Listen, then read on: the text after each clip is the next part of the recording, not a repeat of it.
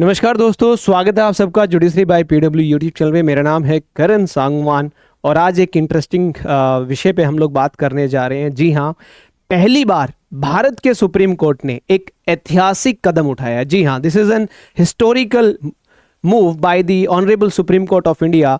अब जो है honourable supreme court of India ने कहा है जितने भी ऑनरेबल सुप्रीम कोर्ट में जजेस हैं उनकी संपत्ति, उनकी प्रॉपर्टी जो है वो पब्लिकली ऑनरेबल सुप्रीम कोर्ट की वेबसाइट पे अवेलेबल है। और इसी चीज को लेके अब सबसे ज्यादा चर्चा हो रही है आने वाले चीफ जस्टिस ऑफ इंडिया। जी हाँ, हम बात कर रहे हैं जस्टिस भूषण रामाकृष्ण गवई। जी हाँ, इनके पास कितनी संपत्ति है, क्या गाड़ी है, क्या बंगला है, कितना पैसा इनके पास है, कितना गोल्ड इनके पास है, कितना कुछ इनके पास जो है संपत्ति के तौर पे है। तो आज की इस वीडियो में हम यही डिस्कस करने वाले हैं, upcoming chief justice of India के पास संपत्ति में क्या क्या है। जी हाँ, बैंक में कितने पैसे हैं, गोल्ड है या नहीं है, आपके पास गाड़ी है या नहीं है, आपके पास घर है या नहीं है। इस वीडियो में मैं आपको सारी जानकारी देने वाला हूं with the details on the available of honourable supreme court website. जो भी ऑनरेबल सुप्रीम कोर्ट की वेबसाइट पे डिटेल्स हैं उनके साथ साथ मैं आपको बताने वाला हूं। जी हाँ, अगर हम जस्टिस गवई की बात करें जो बनने जा रहे हैं भारत के 52nd चीफ जस्टिस, राइट, और आप सबको पता है वो सेकंड चीफ जस्टिस होंगे जो कि एक स्केड्यूल कम्युनिटी से आते हैं और उनका टेन्योर ज़्यादा नहीं, 6 मंथ्स तक का उनका लगभग टेन्योर रहेगा।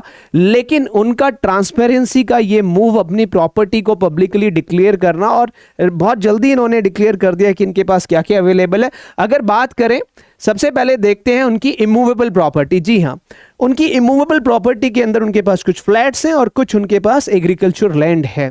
बात करें अमरावती, जो कि एक महाराष्ट्र में जगह है, उनके पास एक इनहेरिटेड रेसिडेंशियल हाउस है। बांद्रा की बात करूं जो कि मुंबई में है, बांद्रा मुंबई में उनके पास एक फ्लैट है। दिल्ली में डिफेंस कॉलोनी में उनके नाम पर एक फ्लैट है। एग्रीकल्चर लैंड भी है उनके नाम पे। अमरावती के अंदर नागपुर में जो आता है, अमरावती, केदापुर एंड कोटाल, नागपुर वगैरह के आसपास जो है उनके पास एग्रीकल्चर लैंड भी हैं। तो मान के चलिए ये सभी प्रॉपर्टीज मिला के करोड़ों की कीमत रखती है, और मान के चलें कि ये सारी जो प्रॉपर्टी है कहीं ना कहीं करोड़ों रुपए की है। और अब बात करें कि मूवेबल प्रॉपर्टी में क्या है हमारे अपकमिंग सीजीआई के पास। देखिए, सबसे बड़ी बात क्या है, हमारे अपकमिंग सीजीआई के नाम पे कोई भी गाड़ी नहीं है। जी हाँ, हमारे अपकमिंग सीजीआई जो हैं उनके नाम पे कोई भी गाड़ी नहीं है, उनके पास कोई गाड़ी नहीं है। जी हाँ, कोई गाड़ी नहीं है। गोल्ड ज्वेलरी है जो कि 5.5 लाख के समथिंग उनके पास है, 5.25 लाख जो ऑफिशियली डाटा हमें मिला है। कैश जो है उनके पास 61,000 रुपीज़ का कैश है, उनके बैंक अकाउंट में कैश है 61,000 रुपीज़ के आसपास का, और बैंक अकाउंट में माना जाए तो 19 लाख के करीब पैसे भी हैं, और अदर एडवांसेस जो हैं 54 लाख के आसपास हैं। तो बैंक और लिक्विड एसेट्स को मिला के भी इनका टोटल कहीं ना कहीं 80 लाख प्लस इनके पास मूवेबल एसेट्स हैं, जो उन्होंने ऑफिशियली ऑनरेबल सुप्रीम कोर्ट की वेबसाइट के ऊपर जो डाटा अपलोड किया गया है वो भी मैं आपको दिखाऊंगा।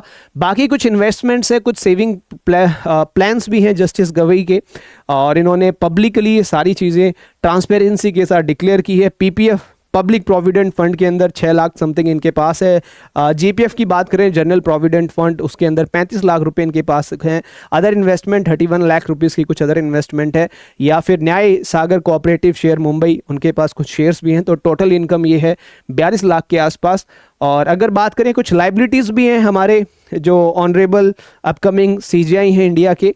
सिक्योरिटी डिपॉजिट इन्होंने 7 लाख कुछ की हुई है मुंबई फ्लैट के लिए। एडवांस रेंट दिल्ली फ्लैट का दिया हुआ है 17.32 लाख रुपए के आसपास, और हिंदू अनडिवाइडेड फैमिली की लाइबिलिटी इनके ऊपर कहीं ना कहीं 1 करोड़ की। तो ये दिखाता है कि अपकमिंग जो सीजीआई हैं हमारे, उन्होंने सिर्फ एसेट्स ही नहीं, अपनी लाइबिलिटी भी ऑनेस्टी के साथ जो है डिस्क्लोज की है।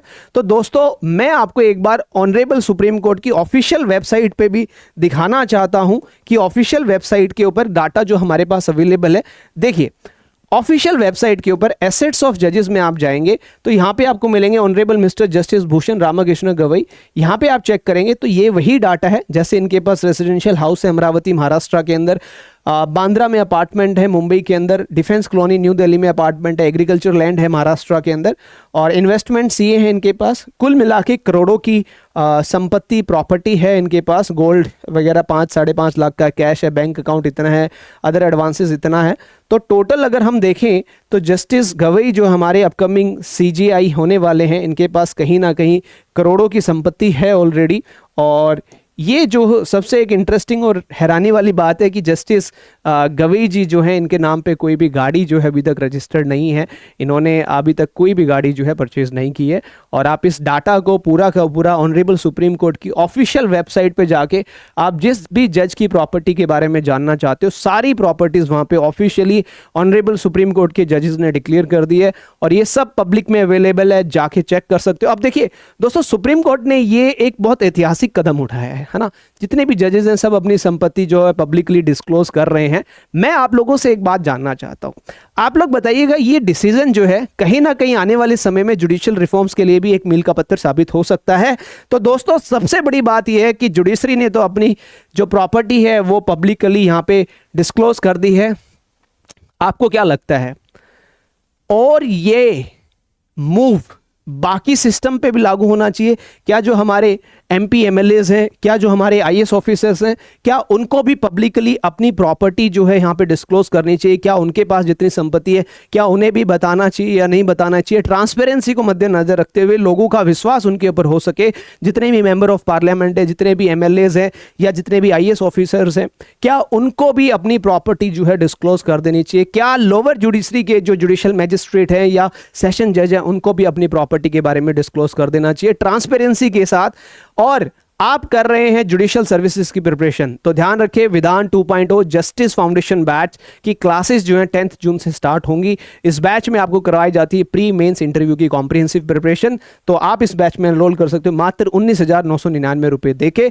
कमेंट करके जरूर बताना क्या अदर जितने भी सिस्टम में लोग काम कर रहे हैं, चाहे एमपी हो चाहे एमएलए हो, है ना, चाहे हमारे जो हैं आईएएस ऑफिसर्स हैं, क्या उनको भी रेगुलर बेसिस पे, देखिए एमपी एमएलए इलेक्शन के टाइम पे तो डिस्क्लोज करते ही करते हैं, क्या उनको रेगुलर बेसिस पे भी अपनी प्रॉपर्टी जो है पब्लिकली डिस्क्लोज करनी चाहिए? ट्रांसपेरेंसी बनी रहे, लोगों का ट्रस्ट उनके ऊपर बना रहे।